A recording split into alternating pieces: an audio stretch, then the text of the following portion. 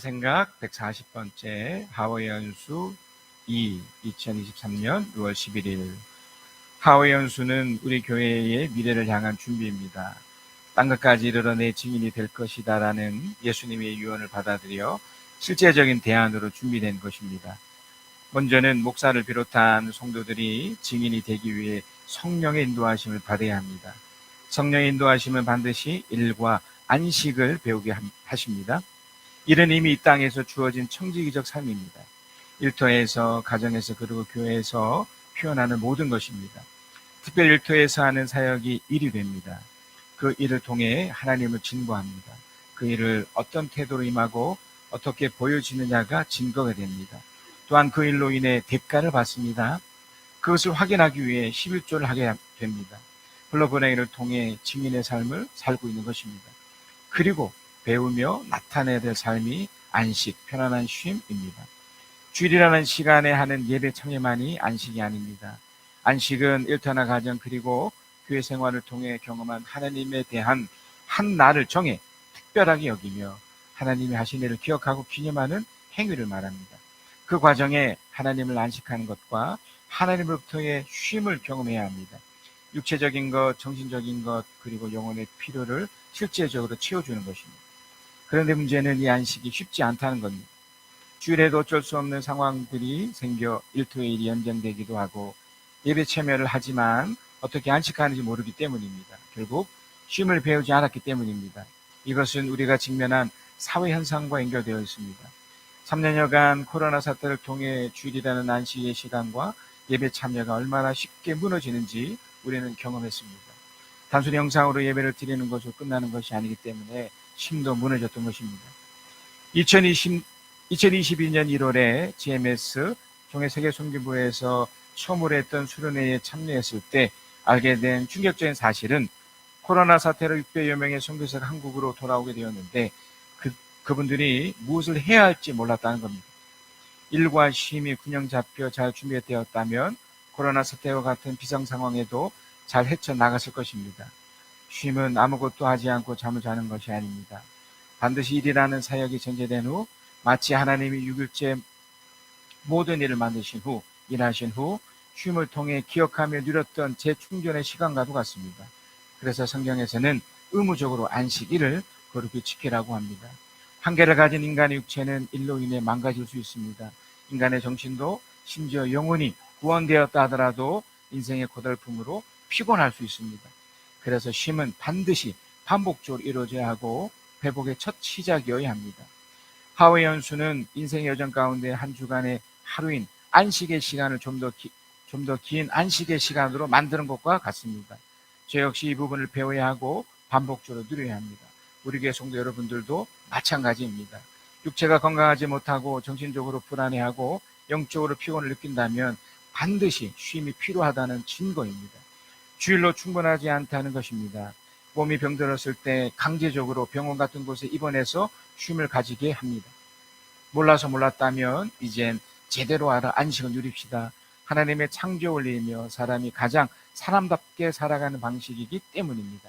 하와이 연수를 모두 다 사모하시고 다 다녀오셔서 증인의 삶을 제대로 삽시다.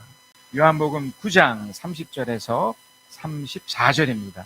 그가 그들에게 대답하였다.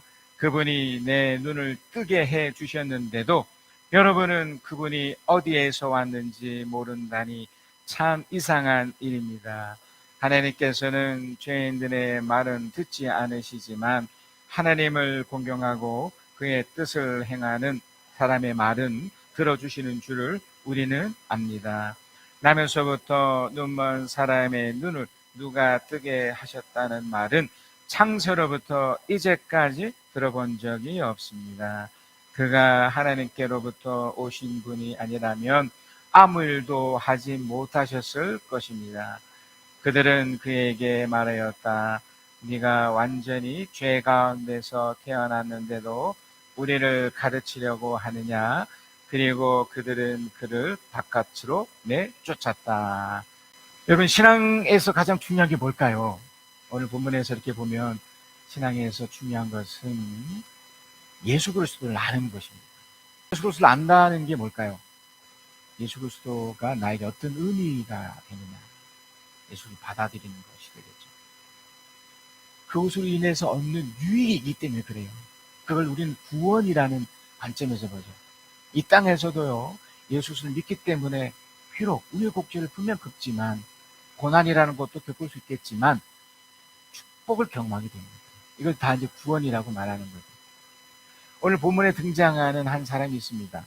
이 사람을 통해서 우리도 이와 유사한 점이 있거든요. 이걸 확인하는 시간이 되었습니다. 하나님의 은혜를 입은 사람의 모습이죠. 예수님이 이제 초막절이 지나고 또 앞으로 한 6개월 정도 후면 이제 십자가를 맞이하게 되시겠는데, 그 전에 성전을 거닐다가 한 사람을 만나게 됩니다. 오늘 본문에 등장하는 바로 이 사람입니다. 날 때부터 소경된, 그리고 성전에서 구걸하는 이 사람이었습니다. 이 사람을 만나서 주님이 어떤 행위를 해주세요. 그것이 우리에게도 엄청난 도움이 되는 내용이 되는데요. 그런데 여기 문제가 하나 일어납니다. 이 모습을 본 다른 제자들, 그리고 다른 사람들은 날 때부터 소경된 이 사람을 향해서 다른 시각으로 보게 되죠. 우리들도 아마 이런 시각을 가지고 보게 될 수 있습니다. 자, 요한복음 9장 2절이에요. 제자들이 예수께 물었다. 선생님, 이 사람이, 내가 좀 전에 말씀드렸던 이 사람이죠. 이 사람이 눈먼 사람으로 태어나는 것이 누구의 죄 때문입니까? 이 사람이 죄입니까? 부모의 죄입니까? 여러분, 우리도 이제 이런 생각을 가질 수 있습니다. 어떤 장애를 가지고 자라는 분들, 또 가난한 분들, 또 우리에게도 펼쳐질 수 있지만 갑작스럽게 어려움을 겪는 분들, 이게 다 죄 때문인가? 누구 때문인가? 이렇게 생각할 수 있거든요. 여러분 어떻게 생각하십니까? 제자들, 그리고 그 당시 사회 분위기 속에도 이런 게 있었던 거죠. 그러니까 어떤 이유가 있다는 것입니다. 예수님이 이것에 대해서 명쾌하게 답을 하시는데, 자, 요한복음 9장 3절입니다. 예수께서 대답하셨다. 이 사람이 죄를 지은 것도 아니요, 그의 부모가 죄를 지은 것도 아니다. 하나님께서 하시는 일들을 그에게서 드러내시려는 것이다. 그렇다면 그 날 때부터 눈이 먼 이 사람은 그러면 죄가 없는 건가? 죄가 뭘까 그러면? 여기서 먼저 오해를 하지 않으셔야 될 게 뭐냐면, 예수님이 지금 요한복음 9장 3절을 말씀하셨던 요 내용은 사실은 그 소경이 죄라는 것에서 완전히 없기 때문에 했던 말씀이 아닙니다. 주님이 주로 사용하셨던 과정법이에요. 과장법. 어떤 것을 부각하기 위해서 상대적으로 이것을 낮추는 것.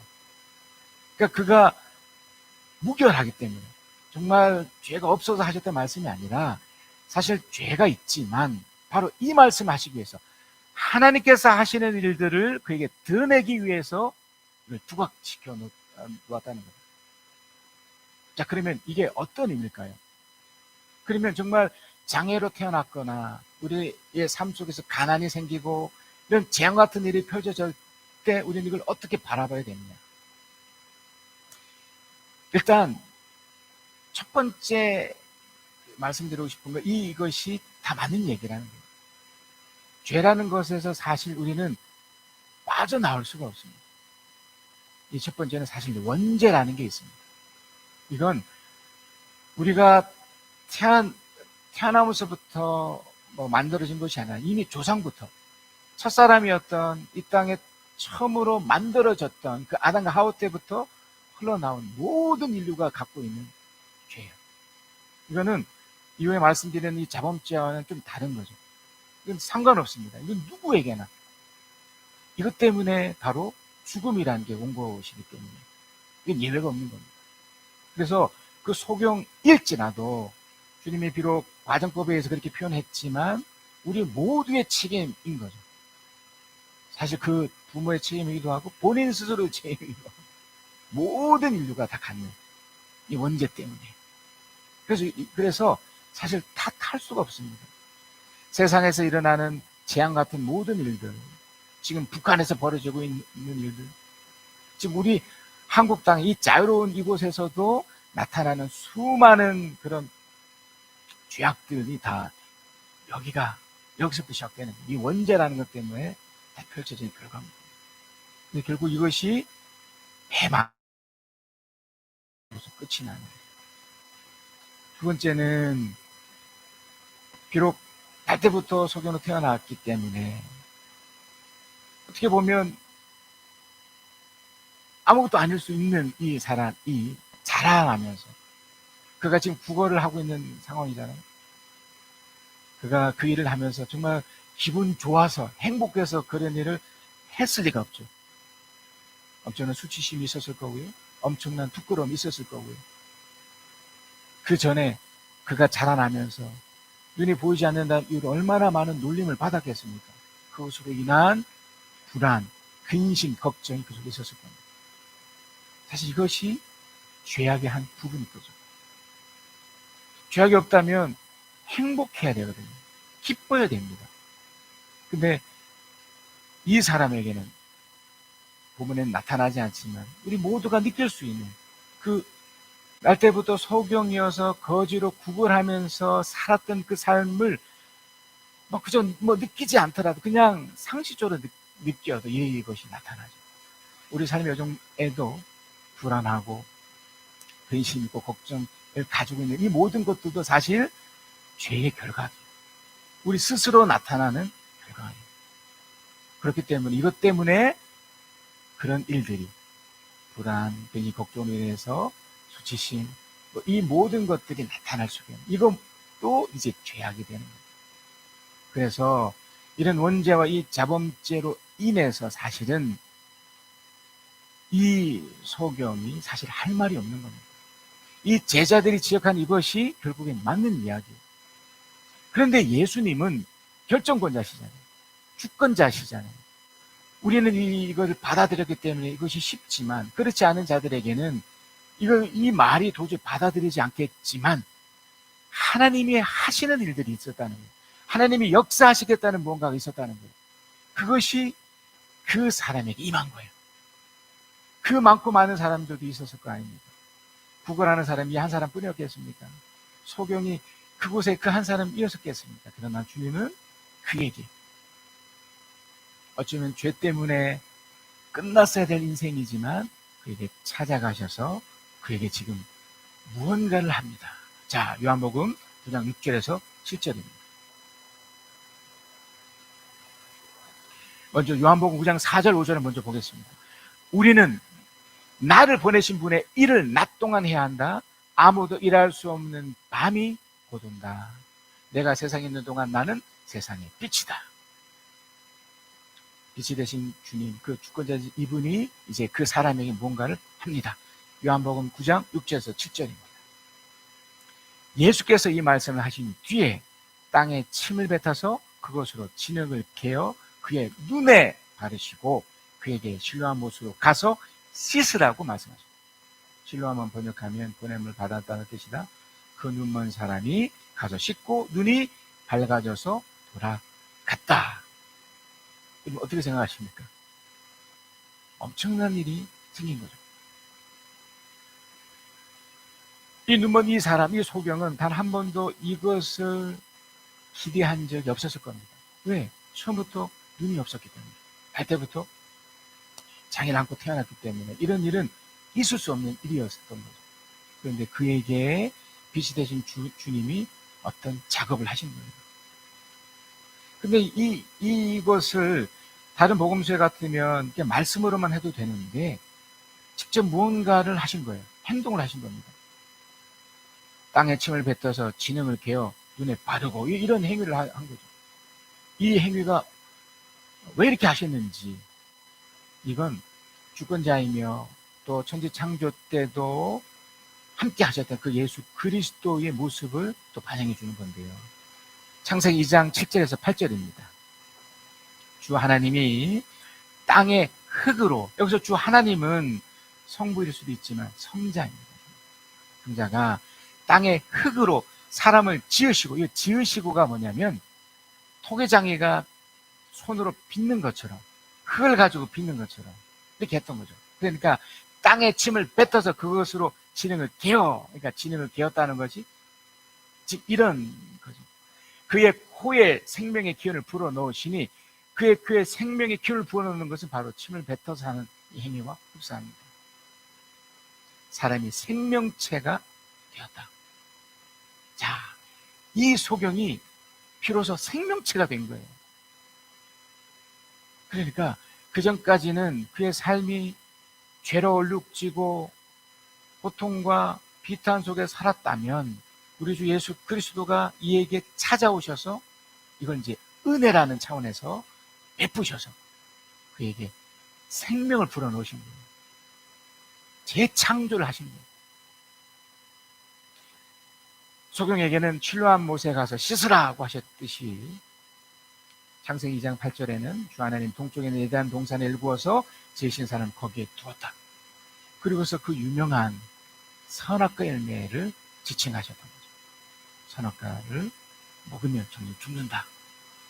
다시 한번 그 원죄와 이후에 나타난 그 자범죄의 그 원래의 상태로 돌려놓은 거예요.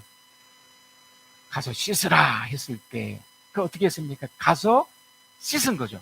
가서 씻은 것은 본인의 몫이죠. 그 전까지는 주의 은혜가 작용했다면 이제 그가 가서 실로암 못에 가서 씻었습니다.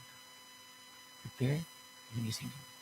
그리고 그는 빛을 얻었고 하나님의 생명을 가진 채 살아가게 됩니다. 예수 그리스도가 이 모습을 왜 보여주셨을까요? 우리에게도 똑같은 거죠. 비록 이런 장애가 있지 않다 할지라도 우리 모두는 이 원죄와 이 자범죄로 인해서 다 어둠에 갇힌 채 살아가는 거죠. 하나님을 모르기 때문에 다 눈뜬 이런 장님으로 살아갔던 것이죠. 어떤 분은 실제로 이런 기적 같은 일처럼 일어나서 이렇게 된 분들도 있겠지만 거의 대부분은 이렇게 주의 말씀으로 이 땅 가운데 오신 주의 말씀으로 우리는 받아내서 이와 같은 일들이 펼쳐졌던 겁니다. 우리 모두에게는 다 이런 일이 지금 일어난 거죠. 왜냐하면 여러분이 교회에 오셔서 이걸 확인받고 있기 때문에. 자, 그런데 본인도 그렇고 이것을 바라보는 사람들의 반응이 생기기 시작해요. 우리도 똑같습니다. 내가 이제 생명이 있다 없다는 이제 어떻게 알 수 있을까요? 이 사람도 처음에는 눈이 없었으니까 근데 보게 된 거잖아요. 처음에는 당황했을 겁니다. 놀랐을 거예요. 그리고 이것을 바라봤던 이 사람들도 놀랐을 거예요. 그래서 요한복음 9장 8절에 이웃 사람들과 그가 전에 거지인 것을 보아온 사람들이 말하기를 이 사람은 앉아서 구걸하던 사람이 아니냐 하였다. 이 사람이 어떻게 이렇게 됐지? 여러분, 아기가 처음 태어났었을 때 그 아기 스스로가 내가 태어났다는 것을 인식을 못하죠. 그냥 으악 울 뿐이고 시간이 필요합니다. 시간이 조금 지나서 좀 나이를 먹고 이제 인식이 될 때 저분이 내 아빠구나. 저분이 내 엄마구나. 내가 이렇게 살아가는구나. 이렇게 인식이 되거든요. 시간이 반드시 필요해요. 근데 본인도 이렇게 인식을 하지만 이 상대방들도 이렇게 인식을 하거든요. 저 사람이 정말 하나님을 받아들였는지 받아들이지 않았는지. 근데 대부분 우리를 바라보는 이 소경도 마찬가지였지만 바라보는 쪽은 부정적입니다. 왜냐하면 원래 구걸했던 사람이었잖아요. 원래 눈이 없었던 사람이었잖아요. 그러니까 그의 삶이 늘 부정적이었고 늘 잘못되었어야 되는 게 맞는 거였잖아요. 그러니까 우리가 예수를 믿기 전에는 늘 이랬던 삶이고 앞으로도 이런 것들로 인해 공격을 받게 되는 거죠. 네가 예수를 믿으니까 근데 왜 이렇게 잘못되는 거야? 너는 예수를 믿었는데 왜 이렇게 어렵고 힘들게 사는 거야? 이렇게 공격을 받게 돼 있다는 거예요. 그래서 이 사람도 처음에는 이걸 잘 몰랐어요. 요한복음 9장 11절에 12절입니다. 그가 대답하였다. 이 소경이 대답한 거예요. 예수라는 사람이 진영을 기어 내 눈에 바르고 나더러 신뢰하며 가서 씻으라고 하였소. 그래서 내가 씻었더니 보게 되어서. 좀 무덤덤하잖아요. 그러니까 우리가 처음에 예수 믿었을 때도 이게 무덤덤할 수밖에 없어요. 뭐 극적인 은혜가 있고 뭔가 특별한 게 있다는 것은 이건 정말 특별한 케이스예요. 대부분의 분들은 이렇습니다. 그래서 어릴 때부터 부모에 의해서 교회를 다니신 분들 괜찮습니다. 이런 뭐 특별함이 있을 수가 없는 거예요, 사실은. 그래서 사람들이 눈을 뜨게 된 사람에게 묻기를 그 사람이 어디 있어 하니 그는 모르겠소 라고 대답합니다. 이게 우리 모르는 거예요, 사실. 자, 그러면서 시간이 이제 흐르죠. 제가 예수 믿는 사람을 어떻게 대하는지에 대해서 말씀드렸듯이 이 예수를 경험한 날 때부터 소용되어서 눈이 띄어지고 예수를 받아들인 이 사람에게 이제 우여곡절 겪습니다. 더 심각한 일이 펼쳐지기 시작해요. 예수를 안 믿었으면 아무도 이 사람 관심 갖지 않았기 때문에 이렇게까지 하지 않았겠지만 이 사람을 이제 너무나 놀라운 일이 발생했으니까 이 사람을 지도자들에게 데려가요. 당시에 유대인들이 데려가서 그 지도자들에게 묻습니다. 이 지도자들이 지금 삐뚤어져 있거든요. 이미 이전의 사건을 통해서도 예수를 어떻게 하면 죽일까, 실제로 죽이긴 있지만 미워하고 싫어하고 있었던 차에 예수 때문에 또 이런 엄청난 기적이 일어났으니 환영하는 사람들 분명히 있었지만 대부분은 부정적으로 봤기 때문에 펼쳐집니다. 자, 요한복음 9장 16절입니다. 바리새파 사람들 가운데 더러는 말하기를 안식일을 지키지 않는 것으로 보아서 그는 하나님께 온 사람이 아니오. 그러니까 이 소경도 무시하고 하나님도 무시한 거예요. 더러는 죄가 있는 사람이 어떻게 그런 표징을 할 수 있겠소? 이게 긍정적인 사람이죠? 하고 말합니다. 그래서 그들 사이에 의견이 갈라졌다. 분열이 된 거예요. 우리 스스로도 이럴 수 있고요. 우리를 바라보는 상대방도 그럴 수 있어요. 분명 우리가 뭔가 내 안에 생명이 있기 때문에 꿈틀거리는 게 뭔가 있기 때문에 뭔가 이 긍정적인 좋은 일들이 펼쳐지지만 또 반대로 스스로도 야 이래도 돼? 라는 부정적인 마음도 들고요. 또 부정적인 공격들이 계속 오게 돼 있어요. 지금 이들이 지금 이런 공격이 있는 거거든요. 이런 공격이 있을 때 결국요 내 안에 생명이 있고 하나님을 계속 경험하고 이렇게 누리다 보면 나타나진 게 있죠. 이 나면서 소경된 이 사람도 결국 예수 믿은 게 진짜라는 게 드러나기 시작해요. 요한복음 9장 17절입니다. 그들은 눈 멀었던 사람에게 다시 물었다. 그가 당신의 눈을 뜨게 했는데 당신은 그를 어떻게 생각하오? 우리 그런 질문을 또 받잖아요. 우리 스스로도 헷갈릴 수 있다고요. 그가 대답하였다. 뭐라고 그럽니까? 그분은 뭐라고요? 예언자였다. 그분은 예언자입니다. 이 사람이 뭔가 이제 느끼는 거죠.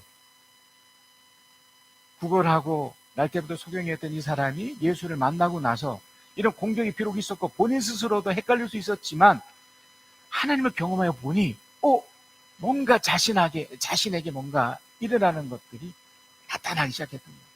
그 중 하나가 바로 예수에 대한 이 감각이 살아나는 거예요. 이게 진짜야. 왜냐면 자기가 지금 눈뜨게 현실이잖아요. 여러분 예수 믿어서 부정적인 것들이 일어나는 것이 분명히 있겠지만 긍정적인 것에 대해서는 어떻게 여러분 반응하시겠어요? 여러분이 실제로 마지막은 그 죽음인데요. 그 마지막 이후에 여러분 정말 천국에 가 있으면 어떻게 말할 겁니까? 어떻게 설명할 겁니까? 그리고 이 땅 가운데서도 펼쳐지는 이런 긍정적인 모든 것에 대해서 우연일까요? 아닙니다. 하나님이 도와주셔서 긍정적인 펼쳐지는 것이라면 지금 이 소경이 그걸 느끼고 있는 거잖아요. 그분은 예수 그리스도다. 그분은 선지자다. 그분은 뭔가 특별하다. 그렇게 인식을 했다는, 그렇게 받아들였다는 겁니다. 그런데 어떻게 합니까? 하나님을 못 받아들이는 사람들, 이 지도자들과 그의 부모는 그렇게 말하지 않아요. 생각하지 않습니다.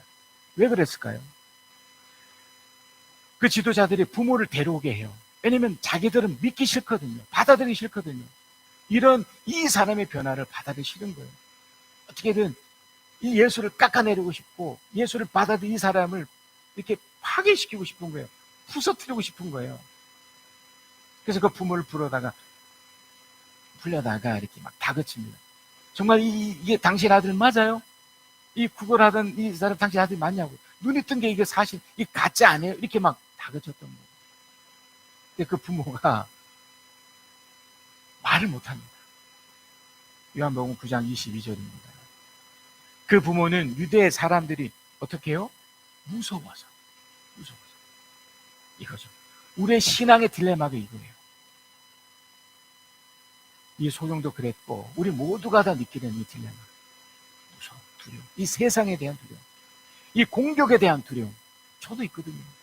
얼마 전에 제가 목회 생각에도 썼지만 모처럼 진한 욕을 들어보니까요, 이 속에 제 속에 있는 이 쓰레기 같은 것도 왁 일어나더라고요. 막 화가 나고 막 그러더라고요.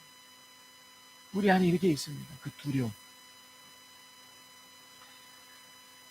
그 부모는 유대 사람들이 무서워서 이렇게 말한 것이다. 예수를 그리스도라고 고백하는 사람은 누구든지 회당에서 내쫓기로 유대 사람들이 이미 결의해 놓았기 때문이다. 그러니까 부모라도 또 자식이라도 이 두려움 때문에 그렇게 못하는 거예요. 그 부모가 왜 몰랐겠습니까? 눈을 떴는데, 그걸 봤는데 왜 모르겠어요?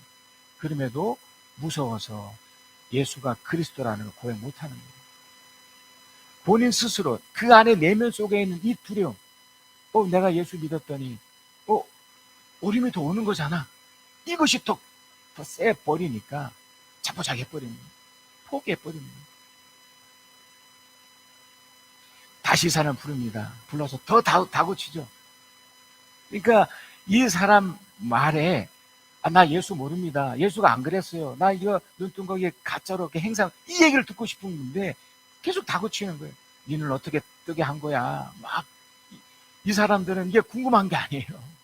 어떻게든 이 사람을 깎아내려서 예수도 같이, 예수가 없다는 것을, 예수가 그리스도가 아님을, 이 신앙이 정말 가짜고 아무것도 아님을 막 퍼보고 싶은 거예요. 그런 기적이, 그런 현상들이 아무것도 아님을 말하고 싶었던 거예요. 그러면 그 부모처럼 그렇게 해야 되잖아요. 근데 그렇게 하지 않아요. 왜? 생명이 이 속에 있잖아요. 또 강력한 것이 이 속에서 경험되고 있기 때문에 이제 거부할 수가 없는 겁니다. 내가 이미 대답했고 내가 그분의 제자가 되려 이렇게 묻습니까? 이렇게 막 얘기를 하는 거죠. 더 욕설이 막 퍼부어집니다. 더 막 무시됩니다. 지금 이 사람이 포기할 수 있었습니다. 자기는 분명히 눈을 떴지만 이 세상을 향해 또 본인 스스로에 대해 이건 아무것도 아니야, 이건 뭐 다 가짜야, 얼마든지 얼마부릴 수 있지만 그렇게 하지 않았습니다. 오늘 본문에서 나타난 것처럼 그분이 내 눈을 뜨게 해 주셨다고 고백한 겁니다. 그분이 내 눈을 뜨게 하셨다. 여러분, 인생을 바꾼 게 누굽니까? 여러분의 노력이었습니까? 여러분의 돈이셨습니까? 여러분이 가지고 있는 어떤 실력이셨습니까? 아니면 정말 하나님이셨습니까? 그 고백을 한번 점검해 보십시다. 그는 그 고백을 합니다. 내 인생을 바꾸는 게 하나님이었다. 내가 하나님의 은혜를 입었다고 그는 고백을 합니다. 그리고 그는 그 멋진 고백을 우리들에게까지도 얘기해 주고 있습니다. 요한복음 9장 31절에서 33절입니다. 하나님께서는 죄인들의 말은 듣지 않으시지만 하나님을 공경하고 그의 뜻을 행하는 사람의 말은 들어주니 우리는 압니다. 이게 예수에 대해서도 하지만 예수를 믿고 따르는 우리들에게도 똑같이 적용되는 거죠. 하나님을 공경하고 그의 뜻을 행하는 사람의 말은 응답해 준다는 거예요. 앞으로 여러분이 이 땅을 얼마큼 오래 살지 모르겠습니다. 저도 마찬가지고. 그러나 분명한 한 가지 사실은 우여곡절을 걷고 부정적인 것들 분명히 일어나지만 그 반대로 하나님의 엄청난 기적과 같은 축복의 일들이 펼쳐진다고 여기시면 맞습니다. 또 그렇게 반드시 되게 되어 있습니다. 왜요? 그의 뜻을 행하는 사람에게는 하나님이 그렇게 하시겠다고 했기 때문에. 왜냐하면 32절 나왔던 것처럼 나면서부터 눈먼 사람의 눈을 누가 뜨게 했다나만 창세로부터 이제까지 들어본 적이 없습니다. 하나님이 여러분을 축복하지 않는다고 누가 말할 수 있습니까? 내 안에 예수 그리스도를 믿고 이 땅을 살아가면서 하나님이 나를 축복하신다고, 하나님이 나를 저주가 아닌 축복하신다고 말하지 않을 수 있을까요? 33절입니다. 우리 함께 읽겠습니다. 시작. 그가 하나님께로 오신 분이 아니라면 아무 일도 하지 못하셨을 것입니다. 하나님은 하나님 일을 지금 하고 계십니다. 우리가 이제 어떻게 반응해야겠습니까? 분명한 사실은 바로 여기 있습니다. 우리가 하나님의 은혜를 입었다는 겁니다. 그것 때문에 우리에게 펼쳐지는 모든 것들이 결국 하나님 축복으로 연결돼서 펼쳐진다는 사실입니다. 지금 그 증명했던 사람이 바로 이 사람입니다. 이 소경이 그걸 고백해 준 거예요. 하나님께부터 오신 분이 아니라면, 우리 주 예수 그리스도가 아니라면 나에게 절대로 이런 일이 일어날 수 없었다는 거예요. 여러분에게 펼쳐졌던 그 많은 일들을 한번 되짚어 보십시다. 여러분 인생을 딱 오늘 기점에서 과거를 돌이켰을 때 얼마나 많은 좋은 일들이 일어났더랬습니까? 그게 우연이었다고요? 여러분의 실력으로 되었던 거라고요? 떠올려보세요. 부정적인 일들만 생각하지 마시고 좋았던 일이 하나도 없었을까요? 또 앞으로는 어떨 것 같습니까? 부모라면, 악한 부모라도 자식에게 좋은 걸 줄 줄 알거든요. 하나님께서 좋은 걸 주지 않겠느냐? 하나님의 은혜를 베푸지 않겠느냐? 은혜입니다, 은혜. 그는 그렇게 고백했습니다. 나를 지으신 이가 하나님, 나를 부르신 이가 하나님, 나를 보내신 이도 하나님. 비록 내가 구걸해서 태어날 때부터 두 눈이 없어 이렇게 살아갔지만 나를 이렇게 바꿔놓으셨네. 나의 달라야가 길 다가도록, 내 마지막 호흡 다하도록 나는 그 십자가를 품게 하셨고, 이게 바로 하나님 은혜였구나. 나를 지으신 이가 하나님, 나를 부르신 이가 하나님, 나를 보내신 이도 하나님, 나의 나 된 것은 다 하나님 은혜라. 나의 달려갈 길 다가도록, 나의 마지막 호흡 다하도록, 나로 그 십자가 품게 하시니, 나의 나 된 것은 다 하나님 은혜라.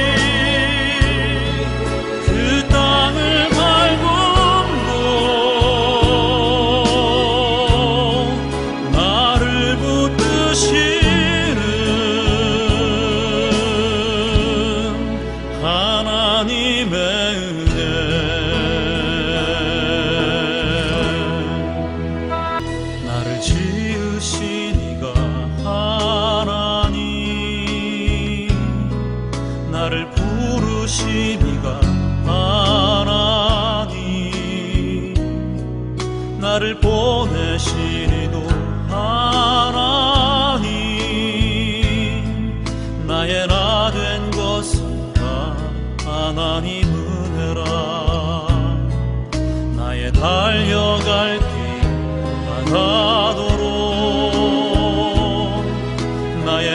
마지막 다하도록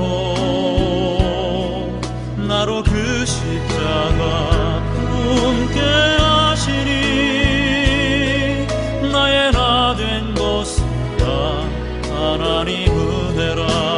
한량없는 은혜 갚을 길 없는 은혜 내 삶을 내워 사는 하나님의 은혜 나 주저함 없이 그 땅을 밟음으로 나를 붙드시는 하나님의 은혜. 주의 성령이 이곳에 임하게 하심을 감사합니다. 주의 은혜 받게 하심을 감사합니다. 우리 마음을 감동케 하셔서 감사합니다. 날 때부터 소경된 그 사람을 살리시듯 우리도 살리셔서 이 땅 가운데 가치 있고 보람되며 의미 있게 살아가게 하여 주시옵소서.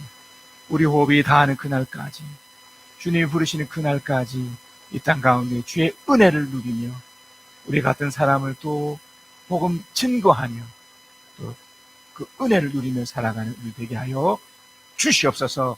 지금 우리 주 예수 그리스도의 은혜와 아버지 하나님의 크신 사랑하신 것, 우리 주 성령 하나님의 이루어하신 교통을 함께 하시니 주의 말씀을 듣고 깨닫고 작심하며 또 그렇게 살아가며 하나님의 은혜를 누리며 살아가는 하는 사람들 위에 지금 영혼까지 함께 계실지어다.